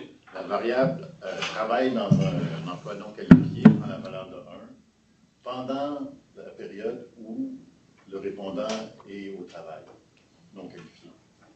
Donc, il peut avoir un épisode sans travail, ensuite un épisode de travail non qualifié. Donc, ça représente la baisse de son risque, la diminution de son risque pendant qu'il occupe un autre emploi. Donc, il réduit son temps de recherche, puis tout ça. La deuxième variable est aussi une variable qui varie dans le temps, qui est codée 0 si on n'a pas jamais eu un emploi non qualifié ou qu'on n'a jamais travaillé au Canada, puis prend la valeur de 1 à partir du moment où on a déjà occupé un emploi qualifié, non qualifié, mais qu'on l'occupe plus. Donc la deuxième variable est plus reliée à l'expérience de travail, si on veut, au Canada. Exactement. C'est comme ça qu'on peut l'interpréter. Alors que la première, c'est pendant que tu occupes un emploi, tu cherches moins. C'est le même principe, par exemple, pour suivre un cours de langue. La personne suit un cours de langue et lorsqu'elle le termine, elle n'est plus dans le cours de langue et est disponible, c'est ça, et elle a complété son cours de langue. Donc, c'est à peu près le même principe. Sauf qu'à la place d'être des compétences linguistiques que la personne va chercher, elle occupe un emploi déqualifié, elle va chercher une certaine expérience de travail. Nous, c'est comme ça qu'on l'explique. Donc, c'est comme ça un peu qu'il faut analyser la variable en question. Je pense que Mme Germain... Mais il y avait d'abord une question. Ah oui, pardon, Si je comprends bien, ça file très très vite, mais si je comprends bien, les déterminants sont d'être jeune, d'avoir un diplôme canadien, parler français, avoir une expérience au Canada, et puis faire des études en fonction du marché du travail, être blanc, et faire attention à des petits jobs. Oui, exactement. Qu'est-ce qui est de nouveau? Qu'est-ce qui est immigrant là-dedans? Vous voyez, c'est être jeune, avoir un diplôme au Canada, l'expérience au Canada, faire des études selon le marché, être blanc, et attention à des petits jobs. C'est l'immigrant idéal. C'est sûr. La différence entre les immigrants et les nouveaux entrants sur le marché du travail, c'est que les immigrants, on a la possibilité d'en sélectionner une partie. Donc, c'est ça la très grosse différence. Donc, si on est capable d'identifier quelles sont les caractéristiques qui sont les caractéristiques gagnantes, évidemment, ça serait l'idéal, ça serait de favoriser ces caractéristiques-là pour favoriser de façon générale l'intégration à la société. Oui, je pense que j'avais vu Mme Germain. Non, est-ce que tu as parlé tout à l'heure du réseau social? Oui, ce qu'on contrôle pour le réseau social de proximité, le fait d'avoir des parents ou des amis dans la même ville ou région, mais ça ne sortait pas significativement. Est-ce qu'il y avait dans les LIC une variable sur est-ce que les immigrants ont bénéficié d'un service d'aide à l'emploi? Oui, il y avait des réponses liées, il y avait des questions liées aux démarches faites par l'immigrant pour faciliter son accès à l'emploi. On a pensé pendant un bout de travailler avec ça, mais on a décidé de profiter. Ça pourrait être, dans de futures analyses, ça pourrait être pris en considération définitivement. À mon avis, ça n'a pas beaucoup d'effet parce que les mesures d'employabilité sont appropriées pour les non qualifiés et pas du tout pour les qualifiés. Mais bon. Donc peut-être que vous avez bien fait de ne pas regarder, quoi. Parfait. Qui est intéressé à poser des questions? On va juste nommer un ordre. Non? 1, 2, 3, c'est bon? Mademoiselle, oui. Est-ce que vous pourriez définir les variables pour les langues? Donc, il y avait les langues Québec, langues... Bon, on a fait la différence entre... donc, je vous le rappelle, nous, ce qu'on étudie, c'est une très bonne connaissance des langues officielles. Est-ce que cette partie-là était claire? La très bonne connaissance, c'est correct. Très bonne connaissance. C'est autodéclaré. Oh, ouais. C'est autodéclaré, mais on était quand même assez discriminant par rapport à cette variable-là. Donc, il faut vraiment que la personne ait toujours déclaré avoir une très bonne connaissance pour les 3 capacités mesurées. Ces variables-là ont été mises en interaction avec la région. Donc, la personne habite au Canada ou la personne habite au Québec. Les résultats s'interprètent par rapport à la catégorie de référence. Donc, la personne n'a pas une bonne connaissance du français, ou n'a pas une très bonne connaissance du français ou de l'anglais, et habite, peu importe, au Canada. Les résultats, les résultats s'interprètent toujours par rapport à la catégorie de référence. Mais est-ce que ces 5 catégories-là sont mutuellement exclusives ou est-ce que c'est véritablement une interaction? Est-ce qu'il y a une autre variable qui est juste parler anglais, très bien connaître l'anglais et très bien connaître le français? Oui, on aurait pu intégrer ça, sauf qu'on l'a mis en interaction avec la région parce qu'on considérait que c'est intéressant, surtout que l'effet du français au Québec ressort de cette façon-là, alors que ça aurait été impossible si on avait juste pris la variable très bonne connaissance des langues. Mais est-ce que ces catégories-là sont mutuellement exclusives? Oui. Oui? Oui. Mutuellement exclusive. Mutuellement exclusive, oui. Oui. Très bonne connaissance de l'anglais. Il y a quelques petits points que j'aimerais faire ressortir. C'est juste parce que je veux essayer de vous aider. On a le résultat français-Québec. Quelqu'un qui est très bon en français et en anglais, puis il est dans 2 catégories. Ah, oui, dans ce sens-là. Ouais, et donc, il y a ce point-là. Puis il y a le point... là, l'effet pour français au Québec, pas significatif, mais un coefficient qui est plus petit que 1.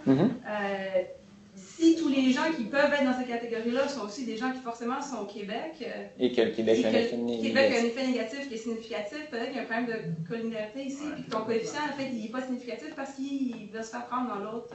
Contamination des variables. Ouais. Donc, il y a ça. C'est une des limites de cette variable-ci, effectivement. Mais moi, ce que j'aurais fait, c'est que j'aurais fait une variable anglais, une variable français, puis ensuite, j'aurais fait le croisement entre les deux. Donc, ça n'aurait pas été mutuellement exclusif, les catégories, nécessairement. Donc, ça, pour essayer de mieux ressortir des faits français. Et, outre tout ce que je viens de dire, ça ne m'étonne pas tant que ça, vu que le Québec vient sélectionner ses immigrants, vient donner beaucoup de points sur la base du français. Sur la base donc s'il y a s'il y a un groupe très francophone qui performe mal, ça influence cette variable-ci. Admettons, nous, ce qu'on pense, c'est que peut-être le fait que les Maghrébins, de façon générale, ont beaucoup de difficultés à accéder à un premier emploi au Québec et ont relativement des bonnes connaissances du français, c'est peut-être une des variables qui explique la sous-performance de ceux qui parlent très bien le français au Québec. C'est peut-être ça. ça serait intéressant d'aller fouiller ça avec une variable d'interaction. Dans l'anglais Québec, ça peut être des francophones qui parlent anglais. Oui, tout à fait. On ne mesure pas le bilinguisme ici. C'est ça, non. On regarde directement l'effet de chacune des langues. J'avais une question ici, puis une autre là après. Je pense que c'était mademoiselle. Oui. Moi, je voulais poser la même question, Mme Germain, par rapport à la présence de variables sur l'accès à des services d'emploi. Mais je ne conclurai pas de la même façon. Je pense qu'il y a des services qui visent l'insertion en emploi dans des emplois qualifiés. Je pense notamment aux stages professionnels. Je pense que ça pourrait être intéressant de l'étudier, ne serait-ce que si c'est pour dire qu'elle ne sert à rien, on sera déjà... Je ne me souviens pas en détail quelles étaient les variables qui étaient disponibles au sein de l'enquête, mais c'était pas très précis, vraiment pas précis au point de dire la personne a fait un stage. C'est plutôt est-ce que la personne a utilisé les services d'aide à l'emploi de façon générale. On n'a pas ces détails-là, c'est ce qui est assez dommage. Mais je crois que ça ne toucherait pas nécessairement un très gros échantillon. Par exemple, lorsqu'on a essayé d'aller dans le détail pour les personnes qui ont essayé de faire reconnaître leur expérience en association professionnelle, c'était très faible, puis après ça fait que ça ne sort pas significativement. Moi, je pense qu'on aurait peut-être les mêmes problèmes si on essayait de prendre en considération ces variables-là, mais c'est trop vague. Le travail qui a été fait par ceux qui ont monté l'enquête n'est pas... Le réseau professionnel, on n'a pas de variable? Réseau professionnel, pas de réseau professionnel. Il y avait des réseaux si la personne participe à des groupes ou des associations, mais encore là, c'était pas très précis, c'était pas exactement ce qui aurait été utile pour bien comprendre l'effet du réseau social. Ça aurait été vraiment le réseau social professionnel qui nous aurait fallu, mais c'était pas le cas. Est-ce qu'on peut avoir accès au PowerPoint? Oui, je crois qu'il devrait être mis sur le site du SIX, si je ne me trompe pas. Je ne sais pas, Benoît n'est pas là, mais du moins la présentation va être mise sur le site du SIX. Je vais m'assurer que ça soit aussi rendu disponible. J'avais une question ici, oui? Moi, ça, c'était plus peut-être un commentaire sur... en fait, encore un commentaire sur les nuances apportées aux recommandations. Surtout, quand on fait à l'importance du français, par exemple, il y avait cette nuance-là, mais aussi de tenir compte de la réalité, parce que quand même, il y a beaucoup de critères qui sont accordés sur la base de la connaissance, des connaissances linguistiques. C'est quand même quelque chose de très, très important. Mais il y a un deuxième facteur qui est la réalité des bassins disponibles des migrants. Alors, on a beau vouloir que ce soit une volonté politique ou d'avoir telle caractéristique, l'immigration n'est pas un domaine dans lequel toutes les variables peuvent être contrôlées. Il y a un ensemble de facteurs politiques qui entrent en ligne de compte, définitivement. Un ensemble de facteurs démographiques réels. Donc, peut-être qu'il y aurait lieu de nuancer un petit peu plus et de ne pas tout centrer dans les recommandations sur les critères de sélection. Parce que la sélection, c'est un domaine important et très délicat et on a déployé quand même beaucoup d'efforts au niveau du Québec en ce qui a trait à la sélection, etc. Il y a peut-être un travail qui peut être fait, ou sûrement un travail qui peut être fait qui serait beaucoup plus constructif, qui tienne compte de la réalité que sera toujours l'immigration, en fait, au plan de l'intégration. Et là, les ressources en plan d'intégration, il faut signaler si on examine, parce que quand on fait une recommandation, il faut regarder le contexte aussi politique dans lequel elle s'inscrit et social. Dans quel contexte politique et social sommes-nous actuellement? Ça, c'est la question peut-être à poser. Alors, on est dans un contexte extrêmement délicat de décroissance des ressources un peu partout pour la sélection, etc. Est-ce que dans ce contexte-là, c'est quelque chose de politiquement comme recommandation solide ou y aurait-il lieu de peut-être faire preuve de créativité et de voir quel type de recommandation pourrait être plus correspondre à la réalité des choses? Ce que je pourrais dire, c'est que d'abord, les immigrants qui sont véritablement sélectionnés, comme je l'ai indiqué à la fin, c'est seulement 20% des immigrants. Donc, eux sont vraiment sélectionnés pour ce qu'ils peuvent apporter au marché du travail, parce que c'est des travailleurs qualifiés. C'est essentiellement sur ces caractéristiques-là qu'on les sélectionne. Au-delà de tout ça, pour les questions démographiques, il y a 80% des autres immigrants qui ne sont pas sélectionnés sur ces caractéristiques-là. On devrait peut-être s'assurer qu'au moins ceux qui sont sélectionnés vont réussir, ont les capacités pour réussir sur le marché du travail. Pour avoir parlé à des gens qui évoluent dans le milieu, les gens qui sont sélectionnés, qui après ça ont de la difficulté à marché du travail, ont beaucoup de frustration par rapport à leur difficulté d'insertion parce qu'ils se disent « j'ai été sélectionné, je me dois d'avoir un emploi qualifié ». Mais ce n'est pas toujours le cas.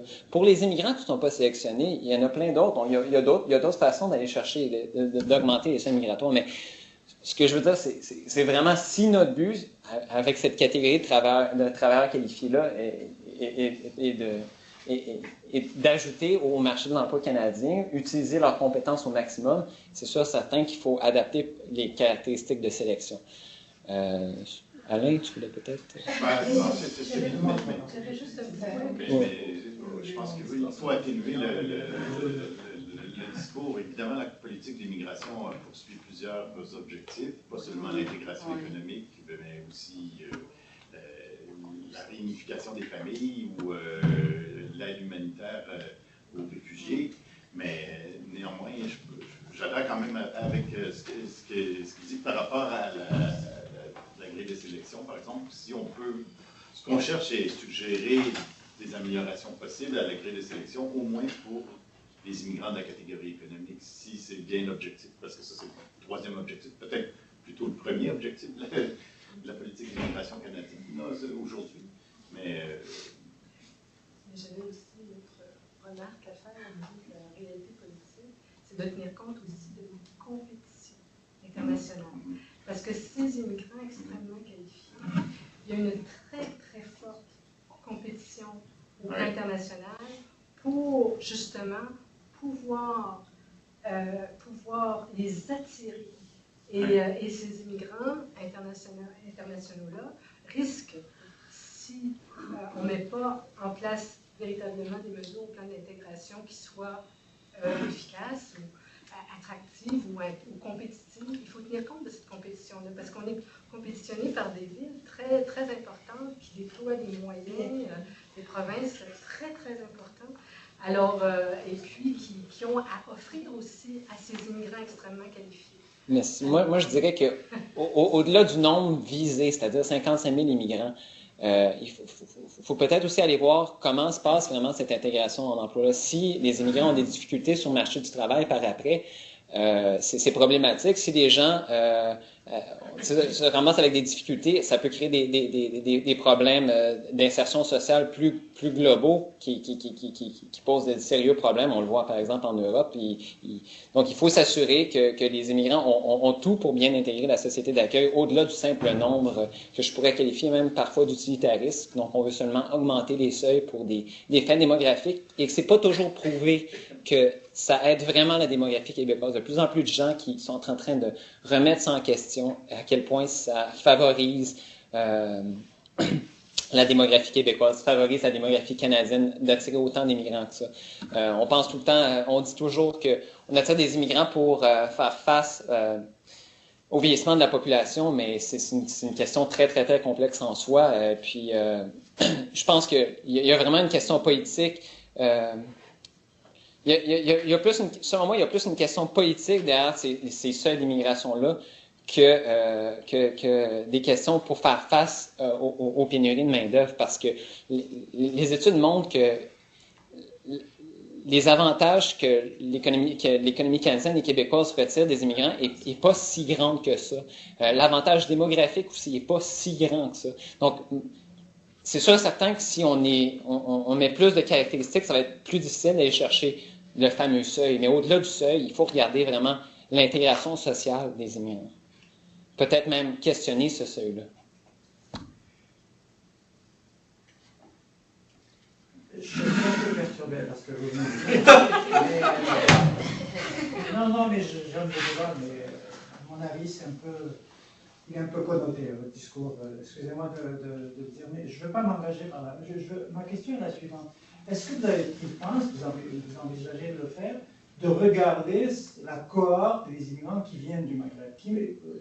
Je précise parce que c'est assez significatif comme groupe. Voilà des gens pour lesquels on applique très rigoureusement les critères de sélection, au Québec principalement, parce que c'est vraiment le Québec. Et est-ce que, par exemple, vous dites à l'échelle du Canada, c'est 20%, par exemple, des professionnels qualifiés. Est-ce que pour les Maghrébins, vous avez un... Malheureusement, il n'y a pas de sous-analyse qui a été faite. C'est sûr et certain que si on utilise les Maghrébins, il faudrait vraiment utiliser la population québécoise parce qu'elle s'intègre dans un milieu particulier, un milieu francophone. Mais non, malheureusement, on n'a pas poussé davantage sur cette recherche, mais il y a de nombreuses recherches québécoises qui ont été faites sur le cas des Maghrébins, surtout des analyses qualitatives. Je pourrais vous donner quelques titres si ça vous intéresse. Mais non, malheureusement, on n'est pas allé davantage dans le détail. Oui, voilà. Numéro 3, à ce propos, je voulais simplement souligner des difficultés que rencontrent les démographes souvent en étudiant les communautés. Puisque bon, vous n'avez pas de problème, vous avez étudié les minorités visibles, il n'y a pas de souci. C'est beaucoup plus complexe que ça en réalité, effectivement. Oui, il y a une bonne classification des minorités visibles, mais si on entre dans les communautés, c'est une autre histoire. Puisque par exemple, les communautés, monsieur parlait du Maghreb, mais si vous allez à Statistique Canada, on parlera plutôt de la communauté arabe. Alors qu'en fait, les Arabes, comme on sait, sont divisés entre les Maghrébins qui sont bien de l'Afrique, qui sont bien des Africains, et les autres Arabes du Moyen-Orient. Donc je voulais simplement souligner. Si on va dans ce débat là, on s'en sort pas. Si on voulait étudier par communauté, on s'en sortirait pas. Même la communauté africaine dont on parle, en sous-entendant les Noirs, c'est une erreur là qui se trouve là à Statistique Canada. Ils pensent faire allusion aux Noirs et ils parlent d'Africains. Alors qu'on sait que parmi les Africains, il y a au moins un tiers ou même plus de blancs de peau. Donc c'est un problème là qui devrait être résolu au niveau des Statistiques Canada. Effectivement, les groupes de plusieurs variables qui permettent de mesurer l'origine ethnique, le groupe de minorité visible, le lieu de naissance, etc. Là, dans les statistiques de Statistique Canada, je suis un ancien Statistique Canada. Peut-être défendre mon ancien employeur, mais évidemment, c'est l'utilisateur qui décide laquelle utiliser. Nous, on a privilégié la variable catégorie de minorité, appartenance à un groupe de minorité visible avec ses sous-catégories, parce que c'est celle qui est utilisée dans la loi sur l'équité en emploi, parce que l'origine ethnique, elle est pourrie par le fait qu'on puisse répondre canadien, canadienne, puis que ça ne peut plus dire grand-chose aujourd'hui, à mon avis. Il y a le lieu de naissance, le pays de naissance, qui pourrait permettre peut-être d'avoir une précision supplémentaire là, au niveau de l'analyse. Mais on a limité quand même par la taille de l'échantillon en créant les différents groupes. Notre objectif ici, ce n'était pas nécessairement parce que le groupe de minorité visible, par exemple, l'origine ethnique, ethnoculturelle dans ce cas-ci, est vraiment juste une variable de contrôle, mais notre objectif était beaucoup plus de regarder les variables reliées au capital humain et aux actions entreprises par les immigrants par rapport à leur possibilité d'accès. On n'a pas vraiment cherché mais ça peut être une autre étude où on pourrait cibler à voir les différences entre les communautés, les groupes ethnoculturels. Mais ici, c'est un petit peu au-delà de ce qu'on cherche à faire avec cette étude-là. Oui. Si je peux juste ajouter quelque chose au niveau de recommandations, parce que les résultats qui sortent posent trop de responsabilités de côté des immigrants et négligent la responsabilité de ces sociétés de l'accueil. Donc, ces statistiques qui sortent, c'est pas uniquement donc les caractéristiques, est-ce qu'il faut avoir une sélection plus restreinte pour avoir les candidats idéaux, puis de l'autre côté négliger que certains cas, donc des montres de recherche, Maghreb, Moyen-Orient, communauté noire, tout ça, donc il y a des obstacles qui ne sont pas de côté des immigrants, mais discrimination et des autres facteurs. Donc, quand on fait des recommandations, ça devrait être un peu plus nuancé. Ce n'est pas donc uniquement qu'on veut les Blancs éduqués avoir remplir le 1%, mais aussi du côté société d'accueil devrait être pris en compte. L'autre chose, au niveau de certaines recherches vont dire que des qualifications et donc plus fort pour les professions qui ne sont pas réglementées, donc que 20% de ceux qui sont réglementés. Est-ce que les professions professionnelles qui ne sont pas dans les domaines ou les domaines réglementés avec les ordres associations professionnelles, donc presque 80% sont professions en dehors d'un processus, d'une démarche qui pourrait, au bout de 20 ans, donner quelque chose. Donc, est-ce qu'il y a une analyse qui s'était faite à ce niveau? Je n'ai pas vu quand vous parlez pour les professionnels, ceux qui ont essayé, ceux qui n'ont pas réussi, mais ceux qui n'ont aucune. En fait, je dirais que pour la plupart, ceux qui travaillent dans un milieu. En fait, c'est ce groupe-ci ici. Ceux qui n'ont pas cherché à faire reconnaître leur expérience professionnelle.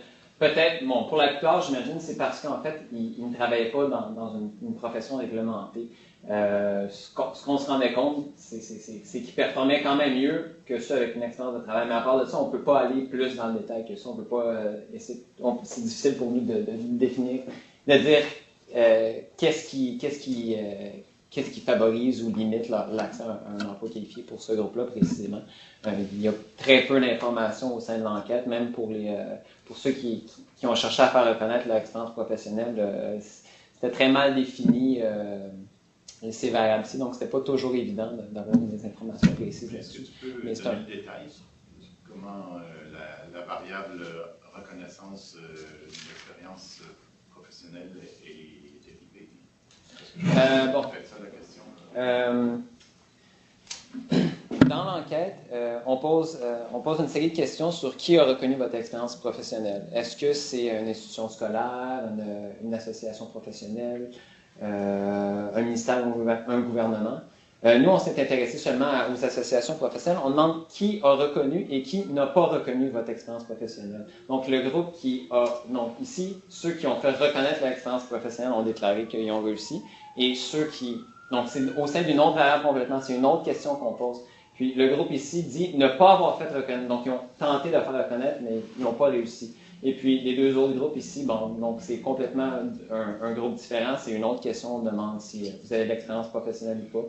Et puis, les deux groupes ici, c'est des sous-groupes de gens qui avaient une expérience professionnelle et qui ont tenté et qui ont réussi ou pas réussi à faire reconnaître leur expérience professionnelle. C'est pas super bien construit au sein de l'enquête, cette variable-ci. Donc, il a fallu travailler très fort. C'est une reconnaissance d'expérience, non pas du diplôme. L'expérience professionnelle, effectivement. Reconnaissance du diplôme, il n'y en a pas, il y a rien qui est demandé sur la reconnaissance du diplôme. On parle de l'expérience. On parle même de reconnaissance de l'expérience par une institution scolaire. Ouais. On ne demande pas reconnaissance des diplômes par une institution scolaire. Donc, c'est un peu... c'est pas très bien construit au sein de l'enquête. Si j'ai bien compris, toujours ce que je trouve là, c'est vraiment une précision. C'est-à-dire que là, les statistiques sont en train de dire qu'un immigrant qu'il ait été reconnu comme membre d'un ordre professionnel ou pas, au niveau du marché du travail, c'est le même... Non, mais en fait, ce qui sort dans nos résultats, c'est que c'est pas statistiquement significatif. Donc, les gens qui ont fait reconnaître leur expérience professionnelle performent aussi bien que les deux autres groupes d'en dessous, qui sont ceux qui ont essayé, qui n'ont pas réussi. Mais ça tire vers... On peut presque dire qu'il y a une différence, mais c'est pas statistiquement significatif, malheureusement. Mais il faut vraiment y aller. Il faut faire attention à ce qu'on dit. Donc,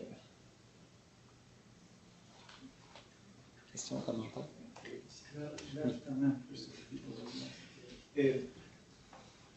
À un moment donné, concernant la sélection, vous êtes allé avec quelques suggestions, recommandations. Oui. Et vous avez mentionné le rôle qui pourrait être joué par les employeurs, les institutions d'enseignement. Oui, mais en fait, c'est qu'il existe deux nouvelles catégories. Et en fait, c'est des catégories pour des gens qui ont une expérience canadienne, soit d'études ou soit de travail. Donc, les gens dans cette catégorie-là se trouvent facilités à accéder à la résidence permanente, accéder à l'immigration. Pourquoi ça donne un plus grand rôle aux institutions scolaires et aux employeurs? C'est parce que dans un premier temps, si on pu avoir cette expérience-là, c'est parce qu'un employeur a décidé d'aller les engager à l'étranger, donc il a reconnu leur expérience professionnelle, ou une institution scolaire a reconnu la valeur de leur diplôme. Donc, ça donne un beaucoup plus grand rôle à ces deux acteurs-là dans la sélection des immigrants. De cette façon, on s'approche un peu plus du modèle australien qui vise la pleine intégration dans l'emploi des immigrants. Donc, on s'approche un peu plus de ce modèle-là, alors que les acteurs du milieu sont vraiment amenés à participer à la sélection des immigrants. C'est un papier qui a été écrit récemment. Mais en fait, c'est ça, parce que ces gens-là, ils sont déjà en emploi quand ils obtiennent la résidence permanente. Ils sont peut-être plus au Canada, je ne sais pas, je n'ai pas les détails, mais du moins, ils ont déjà été acceptés soit dans l'institution scolaire ou ils ont déjà eu un contrat. Le problème de l'expérience québécoise, c'est que pour pouvoir se prévaloir de ce programme, il faut être en emploi. Il faut, OK, au pays, donc voilà. Il faut avoir terminé ses études et avoir terminé son diplôme. Voilà. Mais au moment où on dépose, il faut être en emploi. Si on n'est plus en emploi... Oui, je n'avais pas tous ces détails-là, mais oui, définitivement. Donc en fait, c'est plus des temporaires qui deviennent des résidents permanents, tout en conservant leur emploi. C'est ce que je veux dire. C'est là où, parce que par rapport où vous disiez que finalement l'analyse se faisait sur des gens qui n'avaient pas d'emploi ou de promesse d'emploi, ces gens-là sont déjà dans des processus, ils sont déjà en emploi. Ils sont déjà en emploi. Oui, définitivement, une distinction à faire ici. L'enquête ne permettra pas jamais de mesurer l'effet de ce nouveau programme-là, parce que c'est des immigrants qui arrivent de l'extérieur du pays, qui forment la cohorte de l'enquête longitudinale sur l'immigration, mais peut-être une nouvelle enquête, si on change de gouvernement. Puis que la recherche redevient importante au fédéral. Oui. J'avais deux questions par rapport à l'échantillon. Donc, c'est des personnes qui ont été admises de 2000 à 2001. Et les données ont été ramassées jusqu'en 2004. Exactement. Donc, c'est un temps de séjour, une durée de séjour de 4 ans. Oui. OK. L'autre chose, c'est les réfugiés. Je suis un peu surprise de voir qu'il y a 3% de réfugiés, ça fait une centaine de personnes. Et si vous avez choisi la catégorie des travailleurs qualifiés, parce que non, vous n'avez pas dit que vous avez choisi. On a à peu près 3% d'immigrants qui sont des réfugiés, mais c'est des immigrants universitaires. Donc, les réfugiés sont moins nombreux à avoir des diplômes universitaires. C'est pour ça qu'ils sont peu représentés dans notre échantillon. OK. Vous n'avez pas limité votre échantillon aux travailleurs qualifiés? Non. Notre échantillon a des travailleurs qualifiés, a des regroupements familiales et des autres dépendants qui sont venus avec les premiers, avec les répondants. Oui, ceux qui accompagnent exactement, les et les réfugiés. Okay. On a les trois. On aurait pu seulement se concentrer sur les travailleurs sélectionnés, mais on essaie de voir de façon générale comment ça affecte, comment les caractéristiques de sélection affectent. Au-delà du fait que tous ces gens-là ne sont pas sélectionnés, ils font quand même face à des défis similaires sur le marché du travail. Et puis d'ailleurs, nos catégories d'immigrants font partie des variables de contrôle. C'est pas vraiment nos variables d'intérêt. On sait qu'il y a un effet sur l'accès au premier emploi qualifié, mais c'est beaucoup plus une variable de contrôle qu'une variable d'accès à l'emploi qualifié dans la façon qu'on est présenté. Mais par rapport aux réfugiés, ils doivent performer moins dans à peu près tous les domaines? Oui, probablement. Mais ici, la proportion de réfugiés est faible parce que c'est une population sélectionnée, c'est que les universitaires. La proportion de réfugiés dans l'enquête au complet est plus élevée. Mais là, comme c'est les universitaires, évidemment, la proportion de travailleurs qualifiés est plus importante dans notre échantillon analysé ici que dans l'ensemble de l'enquête ou dans la population immigrante de chaque année. Mais c'est préoccupant, par exemple, comme... Mais les réfugiés ont plus de difficultés que les autres. Mais là, c'est pas juste plus de difficultés, mais c'est énormément plus. Oui. C'est énormément plus de difficultés, effectivement. Ça a été documenté aussi. Oui. Des études spécifiques sur les réfugiés. Puis est-ce qu'on sait si c'est des réfugiés pris en charge par l'État ou... je ne sais pas s'il y a ce degré de précision-là dans l'enquête. Je ne pense pas, mais...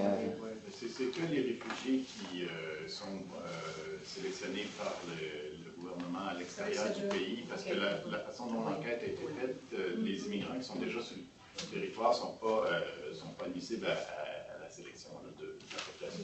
Donc la population à l'étude dans les ligues, c'est les... Ah oui? Les demandeurs d'asile reconnus ne sont pas dans les ligues? Non. OK. Je savais pas. OK. Donc, ça peut être un réfugié par année ou un réfugié pris en charge par l'État. C'est ça. Dans le cas où il est sélectionné à l'étranger. Merci.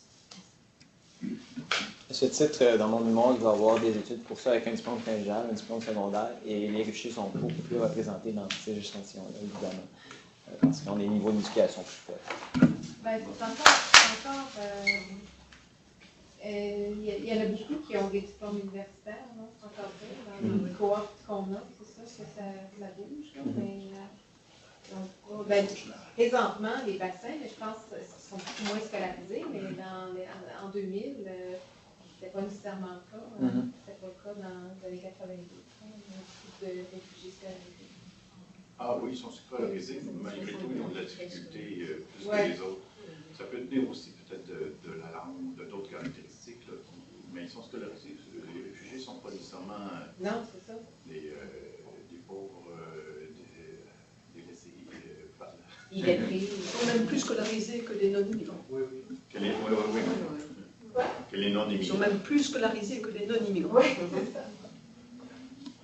Bon, ben, je pense qu'on a fait le tour des questions. Je voudrais vous remercier tous d'être venus et d'avoir apporté beaucoup de commentaires, beaucoup de questions ou réflexions que Nicolas va continuer à faire par rapport à son travail de mémoire.